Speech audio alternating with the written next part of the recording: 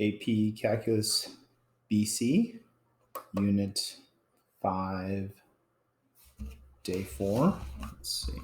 We get situated here. Okay.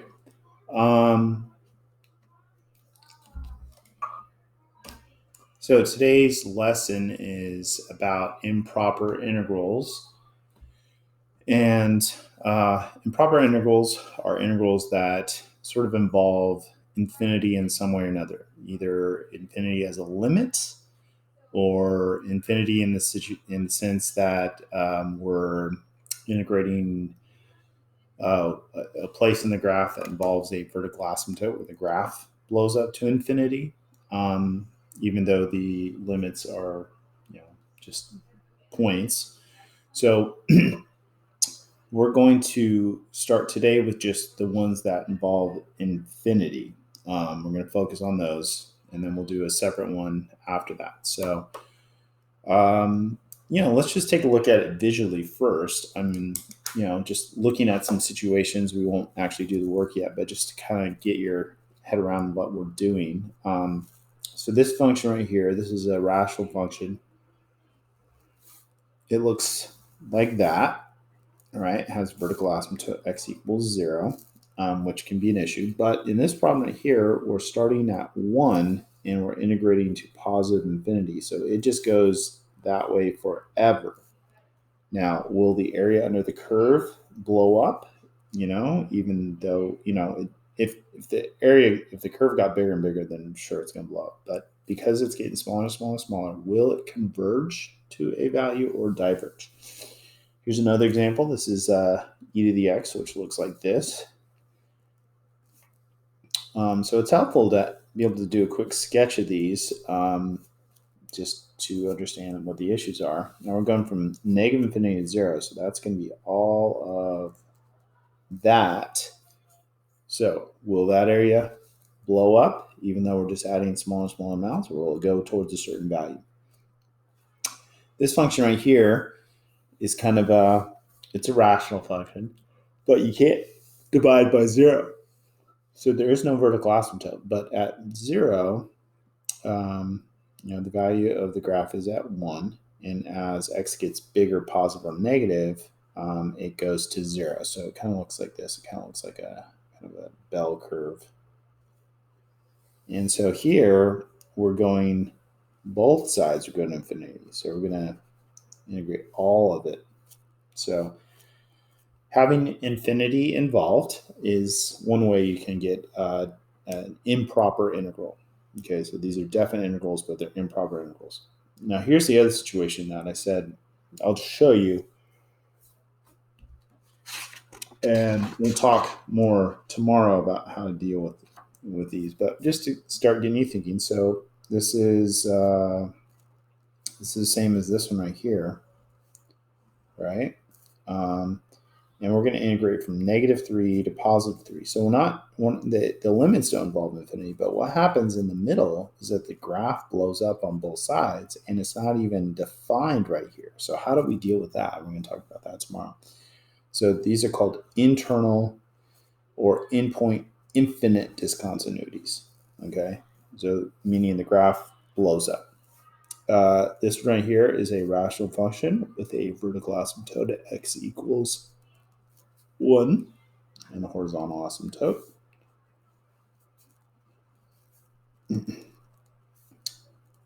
At y equals 0. And the graph, if you plug in numbers bigger than 1, it's going to be positive, so it looks like this. And then over here, it's going to look like this. And so we're going to integrate from 1 to 2. So how do you integrate from 1 to 2? And the graph blows up. So this is a endpoint infinite discontinuity, whereas this one was an internal infinite discontinuity on the inside of it. So how do we deal with integrating to a vertical asymptote when the function isn't even defined there? And does the area blow up, or does it go to a nice value? Tangent, you guys, the way I remember how to graph tangent is I have a basic idea in my head what it looks like, but I always kind of rely on sine and cosine. So when sine is 0, you're going to have x-intercepts. So it's 0, pi, negative pi, right? When cosine is 0, you're going to get vertical asymptotes, division by 0, which is at pi over 2, and negative pi over 2. And then it keeps going, of course. And then in between, the graph goes like this. And the cotangent graph's very similar in behavior, except it goes down. But that's easy to remember. In first quadrant, sine and cosine are both positive. In quadrant 4, sine's negative, cosine's positive, so you get negative. So this is what the graph looks like. It just repeats itself. And so if we're integrated from 0 to pi, it would involve this and this. Now, I think you could probably predict that the answer would be 0, because I think these two areas look congruent. But still, how do we deal with a vertical asymptote inside an internal infinite discontinuity? So there are some problems that could involve both issues. So, this problem right here, this is a rational function that has vertical asymptote at x equals 3 and a vertical asymptote at x equals negative 3. And if you plug in numbers bigger than 3, it's going to be positive. So it kind of goes like this, right? And over here, it's going to go like that. And in between, if you plug in 0, it's going to be negative 9. And then other numbers are going to get closer and closer to 0. So it blows up. It looks like this. So that's what the graph looks like. So if we're going to integrate from negative infinity to positive infinity, it's going to be all this area. So we have the issues with the endpoint, or the limits being infinity. It's going to be all of this area. And it's going to be all of this area. So this one has the internal infinite discontinuities. It has the limits are infinity, so it has both issues. So today we're going to specifically work on the limits with infinity. Now, one of the things that you need to be on the lookout for, because these are easier to get by, and I want you to start identifying them. You could draw a sketch of this graph, by the way, if you want. This is we're going to do the examples that we did up there on that first section. This looks like this, right? Now, without a sketch, so we're actually doing the problems that we drew pictures of. So we're trying to find this area. It goes forever. But you also want to identify if there are any infinite discontinuities. Are there any vertical asymptotes? X can't be 0, which for us is okay this time because it's not between the limits. But you should be making notes of it. Okay, I'm going to expect to see that in your work.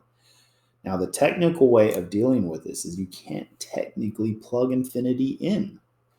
So what we need to do is rewrite it as a limit. And we could put as b goes to infinity. And then the interval would be 1 to b of dx over x squared. So that's the first step, is to technically write it as a limit, because we can't plug infinity in. Now, we need to go ahead and just do our basic integration. I would probably change this to a negative exponent because it's a power rule. And then we could keep going. So it's going to be x to the negative 1 divided by negative 1. Bump it up 1 divided by the new exponent.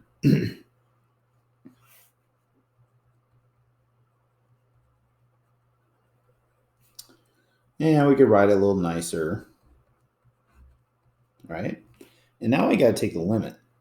Let's actually plug the limits in, the upper and lower limit first. So if you plug b in, it's going to be negative 1 over b minus negative 1 over 1.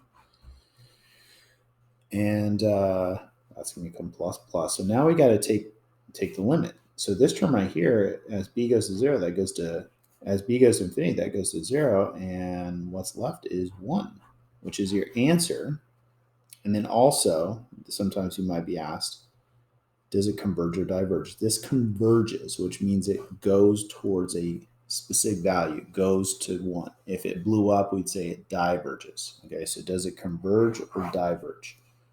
Okay, so this one actually went to a nice number. It didn't blow up. There are others that even look just like this that will blow up. But the way we handle this, so this is our first example, is we really just, it involves a limit at the end. We change the infinity to a limit. We do all the normal stuff. And then we evaluate the limit at the end to see what happens. So that's the strategy on these. I'm going to do a few more examples. I'm back.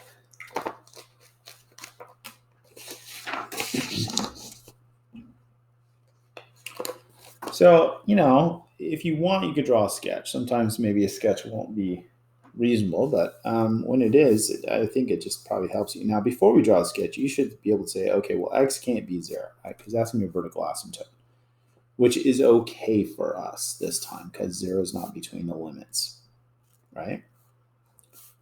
But x equals 0 is a vertical asymptote, so you can't integrate through those. You have to. We'll talk about the strategy later, but we're just doing 1 to infinity. So this actually looks just like the last one, right? Doesn't this look like the last example we did? And, basic, of the area we're trying to find looks very similar, right? So let's see what happens. First thing to do is to rewrite it as a limit as b goes to infinity. Now, you don't have to use b, but that is the common letter they choose in this kind of situation. So we first rewrite it as a limit. And then we're going to integrate. This is not power rule. This is going to be natural log of the absolute value of x. And then we're going to plug the upper and lower limits in first. So it's going to be natural log of the absolute value of b minus natural log of the absolute value of 1. And natural log 1 is 0. That has nothing to do with the one. Now, as b goes to infinity, what happens to this term? It blows up. It goes to infinity. So, we're getting infinity minus 0. It's going to infinity. Now it's going to positive infinity. Okay, now that's not a good technical answer. You would never be asked to write that on the AP exam. I want you to write it. It's describing the behavior that it blows up, and it's blowing up in the positive. So it's weird, this is just like the last problem. The graph is getting smaller, smaller, smaller. We're adding all these tiny parts, but last time it went to 1, this time it blew up. Now the word that now here's the technical answer, diverges. This is what you would actually select multiple choice on the AP test or write on a free response question. That's the technical answer in the 6th. You don't say infinity, you say diverges, which means it blows up. Okay, let's try the next one. Maybe you guys can try. Pause the video, see if you can figure out. So this one goes to negative infinity. Does it have any vertical asymptotes? No. The graph looks like this, right? Now, if we were to integrate to positive infinity, well, it for sure diverges because the graph just blows up itself, right? Forever and ever and ever, But we're doing negative infinity to 0, so we're integrating over there. So the first step is to rewrite it as a limit. And here we could even say as b goes to negative infinity. You don't have to say negative b or whatever. You could just say, you say b. So we rewrite as a limit. So b is just taking the place of positive or negative infinity. Antiderivative is e to the x.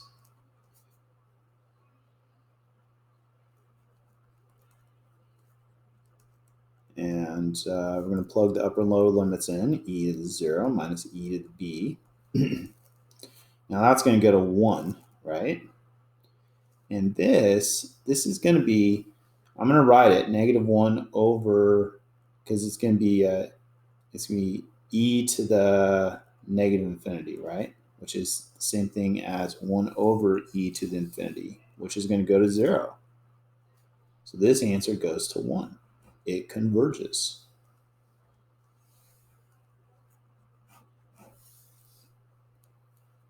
All right.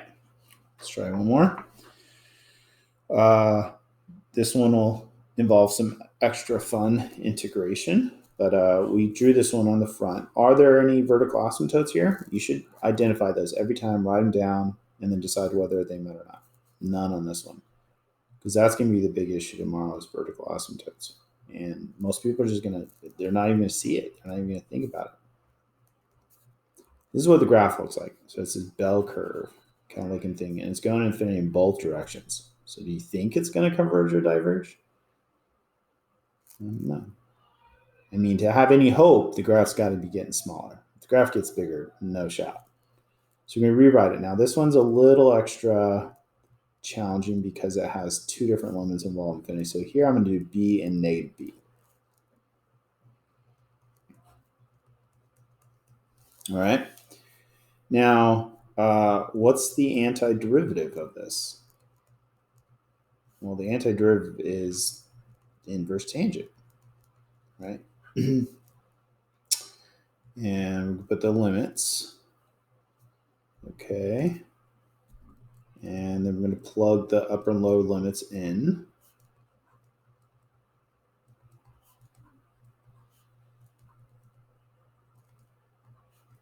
Not too bad. Oh, so the lower limit's negative b. Make sure you do that. Okay. Now, I'm going to do this, even though it's technically not right, but it's going to help me. I'm going to plug infinity in. This is sort of not proper to write it like this, but I'm going to do that. I'm going to say, well, what happens to the inverse tangent as you go to infinity? And what happens as you go to negative infinity? You guys know? I mean, I think maybe visualizing this, looking at the graph of inverse tangent would be helpful. Now, to figure out the graph of inverse tangent, unless you have it memorized, you might want to go with the graph of tangent first. So, and we just sketched this on the front. So remember, tangent is sine over cosine. So whenever sine is 0, you get x-intercept, right? So that's 0 there, 0 at pi. You get an x-intercept at negative pi. And then when cosine is 0 at negative pi over 2, positive pi over 2, and on, right? And then the graph looks like this. So I'm just doing this real quick. Now, inverse tangent is going to be this graph flipped sideways, reflected across y equals x. And so what happens on inverse tangent graph, which I'm going to sketch real quick, the inverse tangent graph is the inverse of this graph, right? So anything x becomes y, anything y becomes x. So the vertical asymptotes become horizontal asymptotes. And by the way, inverse tangent, when it just shows up as inverse tangent, it's going to be principal values. And then this, so it gets flipped. It looks like that. It looks like this. And then of course it repeats itself, but this is just the part that we care about. So what happens on the inverse tangent graph as you go to infinity? It goes to pi over 2. What happens as you go to negative infinity? It goes to negative pi over 2, right? And so the final answer is pi. Interesting. Now, by the way, it also makes sense right here that we got, you could have just done half of it and doubled it because there's symmetry involved, right? So, I mean, that's another option, right? But that's why you get the pi over 2 plus pi over 2. So the pi over 2 is for this half, and the other pi over 2 is for that half. So, anyways, kind of interesting. So as a general sort of summary, we will encounter integrals on the assignment requiring part. Now, and this is giving you a heads up, okay, of what you're going to have to worry about on today's assignment, okay, which is out of your regular Calc BC book, page 467, 624, even 1723. I should probably post the evens online. We will encounter, and by the way, you can check your, we will encounter integrals in the assignment. You're going to have to do partial fractions today. You can have limits of rational expressions in indeterminate form, which means you're going to have to do L'Hopital's rule sometimes. You're going to need to use log rules. You're going to need integration by parts. You're going to need U-Substitution. So today's assignment is going to be a great assignment, reviewing lots of different new strategies from this semester. So go ahead and try it and do your best. Check your answers.